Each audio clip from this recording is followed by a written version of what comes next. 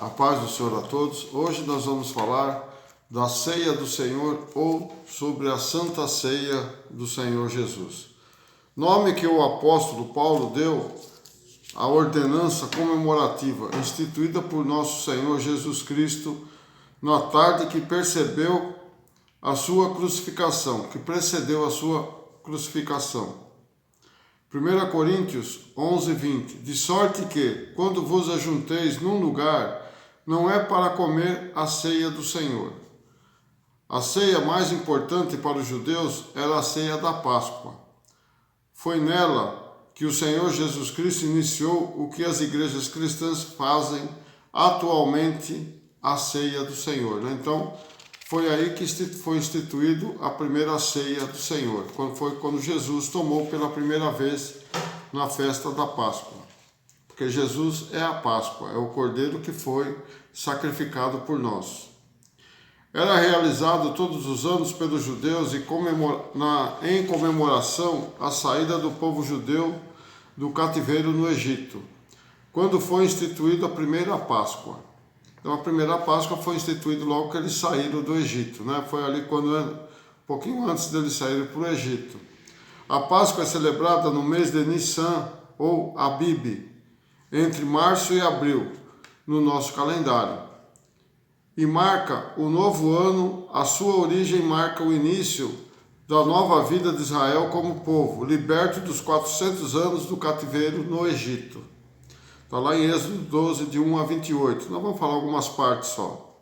Deus fala, depois vocês leem esse capítulo de Êxodo 12, de 1 ao 28. Deus fala a Moisés dizer ao povo que no primeiro mês, aos 10 dias, tome cada um para si um cordeiro ou cabrito sem mácula ou sem mancha, né? Com 1 ano de idade. Será sacrificado no 14º dia e passará o sangue nos umbrais das portas e assará no forno, né, ou no fogo o animal. E não lhe quebrará nenhum osso e os comerá à noite. E comerás até o amanhecer, e o que sobrar será queimado no fogo. E eles comeram esse cordeiro com pão asmos, com ervas amargas, né? Era para identificar o que eles passaram ali nos 400 anos, né? Êxodo 12, capítulo 12, versículo 11 diz assim: assim, pois, vos comereis. Então aí ele fala como é que tinha que comer esse cordeiro. Os vossos lombos cingidos, os vossos sapatos nos pés, os vossos cajados na mão, e o comereis apressadamente. Esta é a Páscoa do Senhor. O cordeiro que é sacrificado 4 dias depois e comido em partes representa que Cristo fez muito depois para libertar o povo agora do pecado. Cristo, o Cordeiro de Deus. Antes desse acontecimento, a Abrão foi dada a primeira ceia do Senhor após ter voltado da batalha, onde libertou o povo de Sodoma e Gomorra e onde também trouxe sem enteado Ló e trouxe tudo de volta, sua família, seus pertences. Foi quando ele lutou lá com os 4 reis que tinham invadido os 4 reinos em Sodoma e Gomorra. Isso ele levou 318 homens nascidos na sua casa. Gênesis 14, 18. E Melquisedeque, rei de Salem, trouxe pão e vinho, e este era sacerdote do Deus Altíssimo. Então, quem entregou o pão e vinho ali para Abraão foi o sacerdote do Deus Altíssimo, chamado Melquisedeque. Lá em Hebreus 7:3 diz assim: sem pai, sem mãe, sem genealogia, não tendo princípio de dias, nem fim de vida, mas sendo feito semelhante ao Filho de Deus, permanece sacerdote para sempre. Então esse sacerdócio, ele tipificava Jesus Cristo. Melquisedeque representa o rei de justiça e rei de Salem, que é o rei de paz. E por último, o sacerdote do Deus Altíssimo. Podemos até então dizer que foi o próprio Jesus Cristo que deu, pão e vinho para Abraão, representando a primeira Santa Ceia descrita na Bíblia. Então essa é uma passagem que muitos teólogos né, dizem que essa foi a primeira Santa Ceia, outros não concordam, mas o importante é que Abraão foi recebido pelo sacerdote do Deus Altíssimo, pelo próprio Senhor Jesus Cristo. A última Páscoa e a primeira Santa Ceia do Senhor Jesus está lá em Mateus 26:17.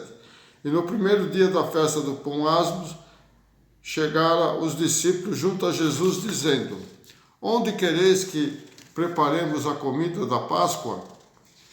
Na noite de quinta-feira, Jesus observa a refeição da Páscoa com seus discípulos. No dia seguinte, na sexta-feira, ele concluiria a redenção que a Páscoa prenunciava, e daqui por diante passou a ser denominada este dia como a Ceia do Senhor, substituindo então o banquete de Páscoa para a comemoração de uma libertação ainda maior. Então a Ceia do Senhor, que representa uma libertação muito maior do povo, né? Que agora nós somos livres do pecado, livres da mão de Satanás. Jesus instituiu a Ceia do Senhor, lá em Mateus 26 diz assim: quando comiam, Jesus tomou o pão, abençoando-o, o partiu e deu aos discípulos e disse: tomai, comei, isto é meu corpo. E tomando o cálice, no 27, tomando o cálice e dando graças, deu-lhe, dizendo: bebei dele todos. Mateus capítulo 26, versículo 28. Porque isto é meu sangue, o sangue do Novo Testamento, que é derramado por muitos para a remissão dos pecados. 26:29. Digo-vos que desde agora não bebereis deste fruto da vida até aquele dia em que beba de novo conosco no reino de meu Pai.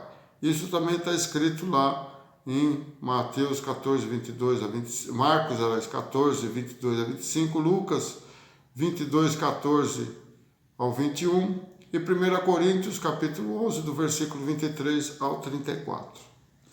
A ceia do Senhor não apenas relembra os participantes da morte redentora de Jesus Cristo, ele antecipa seu retorno quando a ceia memorial cederá lugar às festividades das festas do casamento do esposo. Então, ele antecipa a nossa entrada lá no reino de Deus para tomar a ceia novamente com ele, né?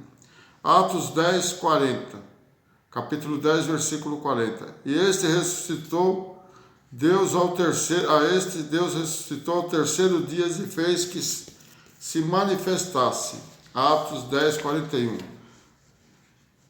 Não a todo o povo, mas as testemunhas que Deus antes ordenara, a nós que comemos e bebemos juntamente com ele, depois que ressuscitou dos mortos. Então vamos lá em Apocalipse 19, 7. Regozijemo-nos e alegremo-nos, e damos-lhe glória, porque vindas são as bodas do Cordeiro e já a sua esposa se aprontou. Então aqui já representa aqueles que vão para a glória, aqueles que tomaram a ceia, porque na palavra diz: quem crer e for batizado será salvo, né? E aqueles que tomaram a ceia continuam, né, tendo um novo compromisso com Deus, reatando a aliança novamente, né? Olha lá, a esposa representa a igreja, ou nós que estaremos com ela na festa do casamento, né, as bodas do Cordeiro. Paulo ensinava a igreja de Coríntios, argumentando com autoridade, quando diz, 1 Coríntios 11, 23, eu recebi do Senhor o que também vos ensinei a vós, para mostrar como devem administrar os elementos comemorativos da Santa Ceia do Senhor. Então Paulo fala que ele recebeu uma mensagem de Deus, né? Como devemos ministrar a Santa Ceia do Senhor.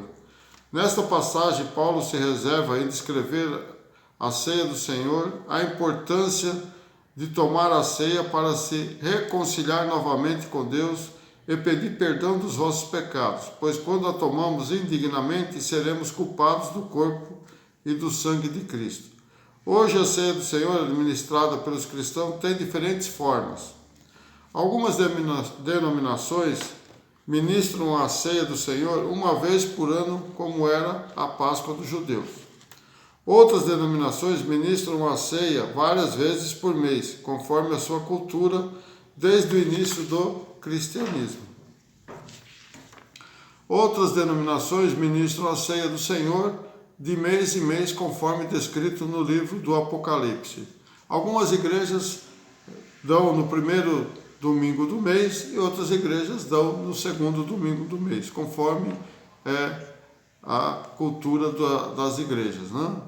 Apocalipse 22, 2. No meio da sua praça, de uma e de outra banda do rio, estava a árvore da vida, que produz 12 frutos, dando seu fruto de mês em mês, e as folhas das árvores são para a saúde das nações. Então muitos se baseiam por essa passagem, né, dando seu fruto de mês em mês. Então eles administram a ceia de mês em mês, quando dá os frutos do Senhor. Mas o mais importante de tomar a ceia é o que diz Paulo no livro de Coríntios e nos alerta. Lá, 1 Coríntios, capítulo 11, versículo 27. Portanto, qualquer que comer deste pão e beber o cálice do Senhor indignamente será culpado do corpo e do sangue do Senhor. 11, 28. Examine-se, pois, o homem a si mesmo, e assim coma deste pão e beba deste cálice. Capítulo 11, 29. Porque o que come e bebe indignamente e bebe para a sua própria condenação, não discernindo o corpo do Senhor. Por causa disso, no 30, há entre vós muitos fracos e doentes e muitos que dormem, né, que já morreram. Porque se nós nos julgássemos a nós mesmos, não seríamos julgados. Mas quando somos julgados, somos repreendidos pelo Senhor para não sermos condenados com o mundo. Portanto, meus irmãos, quando vos ajuntais para comer, esperais uns aos outros tomar a ceia todos juntos, né? Então nós temos que estar sempre preparados. Não podemos tomar e continuar fazendo pecado. Então ali é o dia de reconciliar com Deus. A Santa Ceia é um novo reconciliamento com Deus. Não precisa ser batizado de novo, porque o batismo é um só batismo. Um só batismo, um só Senhor, uma só fé, né? Então não tem como ser rebatizado. Mas a ceia todo mês, é para se reconciliar com o Senhor. Cada denominação tem uma maneira diferente da outra de servir a ceia. Mas a Bíblia não tem restrições sobre o seu modo de ser ministrada, né? Não tem como falar, na Bíblia não fala que ser de mês em mês ou de ano em ano. Então cabe a cada denominação servir como lhe foi imputada. E não cabe a nós contestar como ela é ministrada, e sim tomá-la dignamente e nos reservando a declarar a Deus nossos pecados, para então reatarmos a aliança com Ele novamente, tomando a ceia do Senhor como lhe for servida mediante a doutrina de cada denominação. Então, irmão, não cabe nós contestarmos como tomar a ceia. O que cabe para nós é tomar a ceia e se reconciliar com Deus novamente. Então, cada denominação tem sua maneira de ministrar, mas se estão certo e estão errado, não cabe a nós falar nada sobre isso, porque todos podem estar certos e nós que estaremos errados em condenar as igrejas por causa da ministração da Santa Ceia. Amém? Deus abençoe a todos. Não esqueça de pôr o joinha aí, compartilhe com seus amigos, né? E não esqueça de você que não é inscrito se inscrever, porque tem muito mais coisas ainda para nós falarmos. Deus abençoe a todos. Até uma próxima.